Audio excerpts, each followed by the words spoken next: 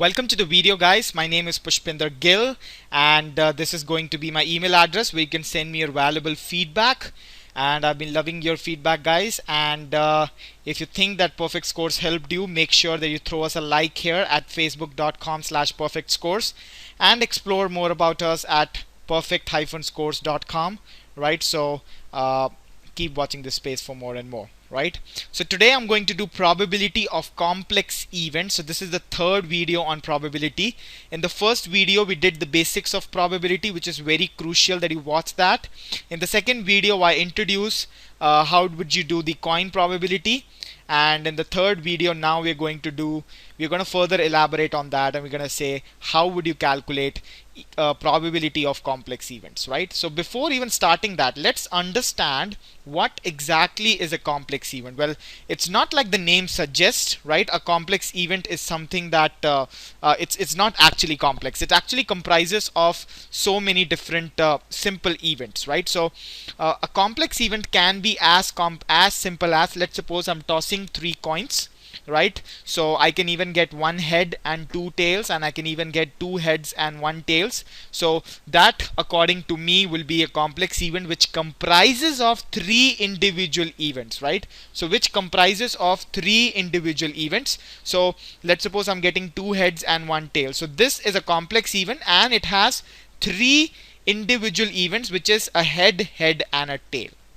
So let's suppose I am giving the exam 4 times. So whatever the result is coming every time, these are my individual events, right? So why would I need to classify an event as a complex event? Well, understand this thing. If you watch the second probability video, probability of a complex event is equal to probability of the individual events multiplied into its arrangement, right? So probability of all the individual events into its arrangement. This is what is the importance of this is. So let's suppose I tell you I want 1 head and I want 1 tail, right? So what is the so this, according to me, is a complex event. What is the probability of getting a head? 1 by 2. What is the probability of getting a tail? 1 by 2. In how many ways can H and T arrange itself? 2 ways. It can be either HT or it can be either TH, right? So these are the 2 possible ways in which they can arrange themselves. That means the probability is actually 1 by 2, right? So even if you draw the sample space and try to get the probability of getting a head and a tail is equal to 1 by 2. So probability of a complex event is equal to probability of individual events into its arrangement, right? So I want to further elaborate on this arrangement part before I hit the questions. In how many ways can you arrange the word, let's say, in how many ways can you arrange the word RAT? That would be equivalent to, if you want to arrange the alphabet of the words, the characters, that can be arranged in 3 factorial ways, right? I can have RAT, I can have RTA, I can have ART, I can have ATR, I can have TAR, and I can have TRA. So these are 6 possible ways in which these alphabets can be arranged of RAT. So it's the number of words into its factorial. But however, if I say in how many ways will you arrange RAAT, that would be 4 factorial divided by 2 factorial. Why this 2 factorial? Because this A is repeating 2 times. If I swap this A from to each other, the word would still be same. However, I have calculated that. So if there are n things, out of these n things, R things are identical, these can be arranged in n factorial divided by R factorial ways. So these are the number of ways in which they can be arranged, right? So in case you want to further elaborate this concept, you can actually watch the permutation and combination second video. So you can watch the permutation and combination second video. Over there I have explained everything about this concept, but for this video you just need to know this concept here, right? Okay, so let's move forward. So now let's see this question. Now this question says that probability that Daniel will fail is 25%. What is the probability that Daniel will fail in at least 3 times in his 4 tests, right? So this is what the probability that it asks us to calculate. Now let's go ahead and calculate that. Now he wants to fail at least 3 times in 4 attempts. So he's gonna have 4 attempts, right? So probability of failing, probability of failing, probability of failing, and probability of passing is one of these combinations, and failing in all is one of the combinations, because the question asks that he wants to fail in at least 3 times in 4 tests. So he can fail in 3 tests, pass in 1 test, or he can actually fail in all the tests. Now the probability of failing is actually equal to 25%, which is 1 by 4, and probability of passing is equal to 3 by 4, which is 1 minus 1 by 4, right? So we have done that in the first video. So probability of failing is 1 by 4. Probability of failing, now this over here is a complex event. Now I am actually multiplying the probabilities of all the individual events. So 1 by 4 into 1 by 4 into 1 by 4 into probability of passing, which is equal to 3 by 4.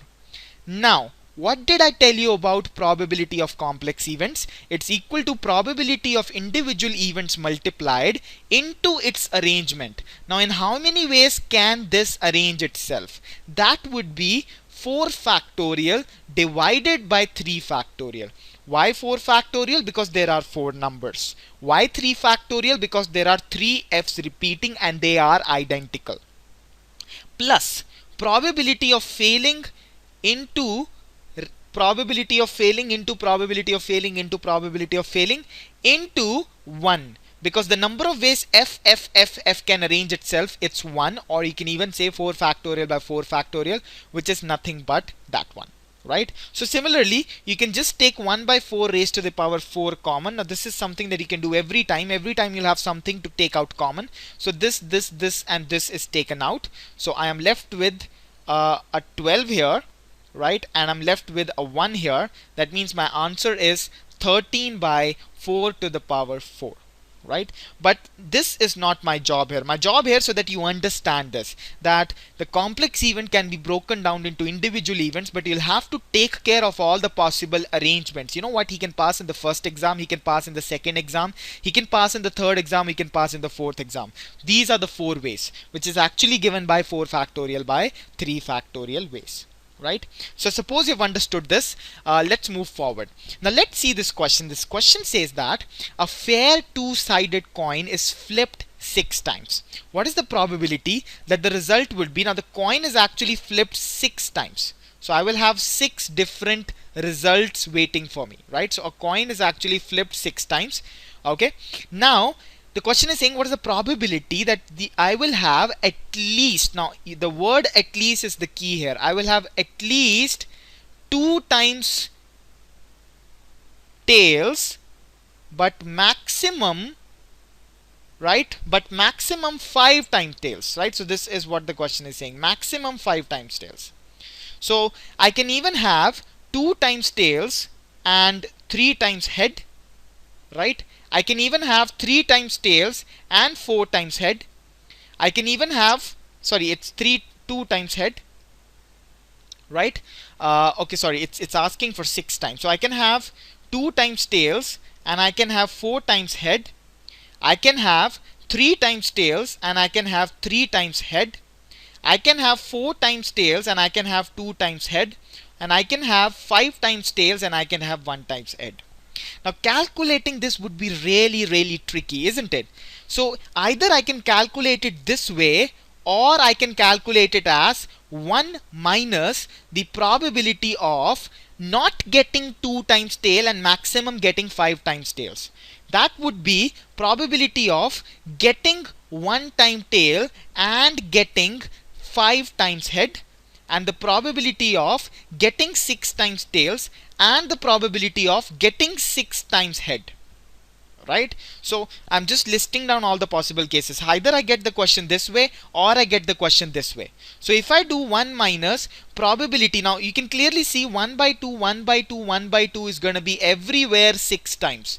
It's clear, right? I will have 1 by 2 for 1 head and 1 by 2 individually for 5 heads. So that would be 1 by 2 raised to the power 6. that would be common to all. Now all I have to do is just think about arrangements. So how many ways can you arrange t and 5 times h? That would be 6 factorial divided by 5 factorial. This would be 6 factorial divided by 6 factorial, and this would be 6 factorial divided by 6 factorial. So this will come out to be 1 divided by 1 by 64, which is 2 to the power 6 into. So this is something which is equal to 6. This is 1 and this is actually 1. Right? So this is 6 plus 1 plus 1, which is equal to 8. That is 8 by 64. Which is equivalent to 1 minus 1 by 8, which is equivalent to 7 by 8, which actually is my answer. So I'll give you a task. Try calculating this question this way. You will always get the answer to be 7 by 8, right? That will actually make sure, that will actually put that in your head that, you know what, I can calculate the question this way also and this way also, and every time this thing works. Probability of a complex event is equal to probability of all the individual events multiplied into its arrangement. Right? So that's what it's all about. I suppose everyone has understood this. A very easy question. Not that easy though, but still gotta be careful about everything. Now the question says that Danny tosses a fair coin 8 times. What is the probability that coin will land tail side up more than 5 times? So the coin is tossed 8 times. I want the tail side up more than 5 times. So I can have 6 times tails and I can have 2 times head. Or I can have 7 times tails and I can have 1 time head, or I can have 8 times tails, right? So what is the, now again 1 by 2 to the power 8 will be common to all, right? So I can actually take it to be common. Now if I calculate this, this is gonna be, the combination here is gonna be 8 factorial by 6 factorial into 2 factorial. Similarly over here it would be 8 factorial by 7 factorial, and it would be 1 here. So if I calculate this again, it's 1 by 256 into, so this is gonna cut this at 7 into 8, and this is gonna cut this at 4. So this would be 28 plus 8 plus 1, because this would be 8. So if I calculate this, what is 28 plus 9? That is gonna be equal to 37 divided by 256, which is actually my answer, which is answer option A. Right? So suppose you've understood this question.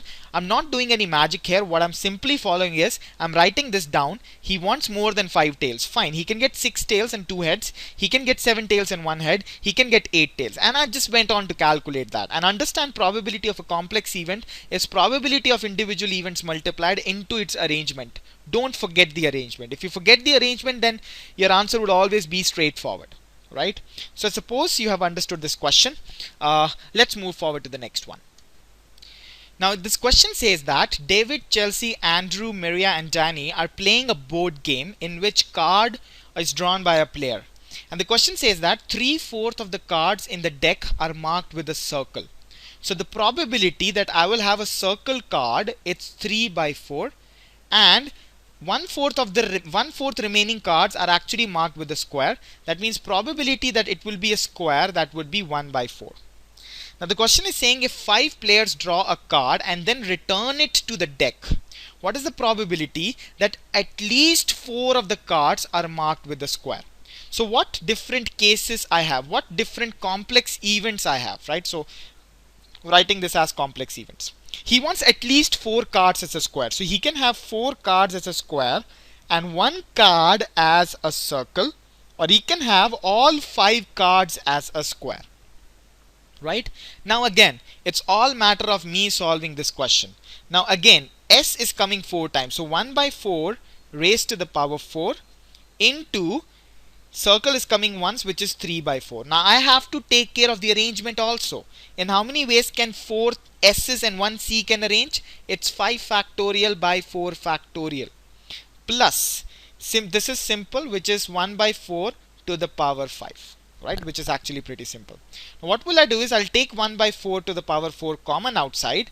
That means this over here is gonna give me a 5, right? I can even take 1 by 4 to the 5 common outside, because this 4 to the power 4 and this 4 will come. This will give me a 15, and this will actually give me a 1 because I'm taking 1 by whole 4 to the power 5 outside, and that would be 16 divided by 4 to the power 5, which is 1 by 4 to the power 3, which is my answer, option A. How much time it takes, guys? It hardly takes you a minute to solve this big question, right? So this is what I'm saying. This question can be very well on your GMAT or very well on your CAT.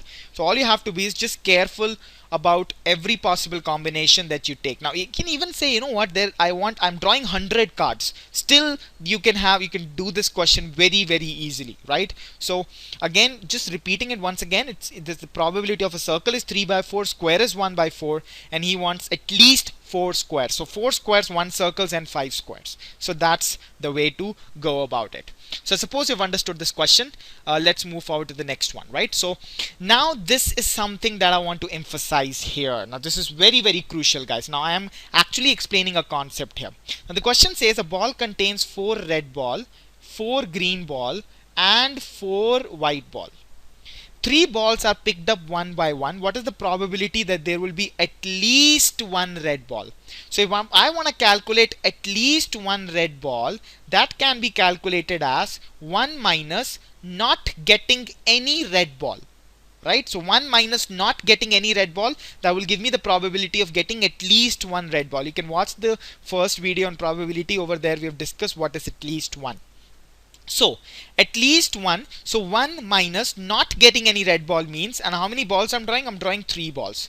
That means I can draw any of these balls, right? So again, these are total 8 balls which are there, right? So this is 1 minus drawing any other ball, drawing any other ball, and drawing any other ball, right? So that would be 1 minus, in how many ways I can draw any other ball? That would be 8 by 12, because these are total of 8 other balls, and 7 by 11, and 6 by 10. And what is the arrangement here? The arrangement is just 1, because then according to the question, this is just other balls. According to the question doesn't know there are green balls or there are white balls. These are just other balls. So the other won't matter here at all. The segregation within it will not matter. That will make the question so easy for you that you won't even believe that. So 6 into 2 is there, right? And this goes at 4. This goes at 2, and this goes at 5. So this is 1 minus 7 into 2 is 14 divided by 55. So I have my answer as 41 by 55. Right? Now, I got my answer as 41 by 55 even by considering is at other. Now you know what? This other can very well be all 3 greens. It could very well be all 3 whites. It could very well be 1 green and 2 white. It could very well be 1 white and 2 green. How am I able to club all these these things into this? Well, I give you one small exercise. Right now, try to calculate 1 minus probability of getting all green, probability of getting all white, probability of getting 1 green, 1 white and 2 green, and probability of getting 1 green and 2 white. You will still get the same answer. Why is that? Because this other actually takes care every possibility here. So if according to the question it doesn't matter, the other doesn't matter at all, right? So this is something that I want to be embedded inside your head, just the way we embed videos on website. That if I say other balls, right, and other balls can be, you know what, red balls also, white balls also, green balls also, it doesn't matter at all. According to the question, other is other, right? So you can actually take all the others as identical, right? So this is what I want to say. Okay, so suppose everyone has understood this. Now this is what I want to emphasize: the other doesn't matter at all. So if I have something as red other and other, the number of ways this can arrange is 3 factorial by 2 factorial. That's it. You don't have to worry about this other can have different variations, but according to the question is other and other. Right? So this is something that I want you to know. Let's actually try a tough question on that. Right? Now the question says that Daniel is playing. I would actually recommend you to pause this video and so that you can actually solve this question. Okay, so let's start. Daniel is playing a dice game in which a dice is rolled 5 times. If a number turns up exactly 3 times, then the game is won. Daniel has thrown the dice 2 times and got the number 4 2 times. What is the probability that Daniel will win the game? So how many ways? So what are the complex events, different ways in which he can actually win the game? He's already thrown it 2 times. He's already gotten a number 4. He is planning to throw it 3 more times. So how can he win the game? He can get 1 4 and 2 other numbers, right? Or he can get any number here, any other number here, but the next number to be the same and the next number to be the same. That is the way he is going to win. Elaborating more on that, he can win by a 4 1 and 2. He can win by a 4 1 and 3. He can also win by 1 1 1 and 2 2 2, because he has, if he gets a number exactly 3 times, he wins the game. So 4 4 3 3 3 is actually a win. 4 4 5 5 5 is actually a win. So these are the 2 possible ways in which he can win this game. Right? So now let's go ahead and calculate that. What is the probability of getting a 4? 1 by 6.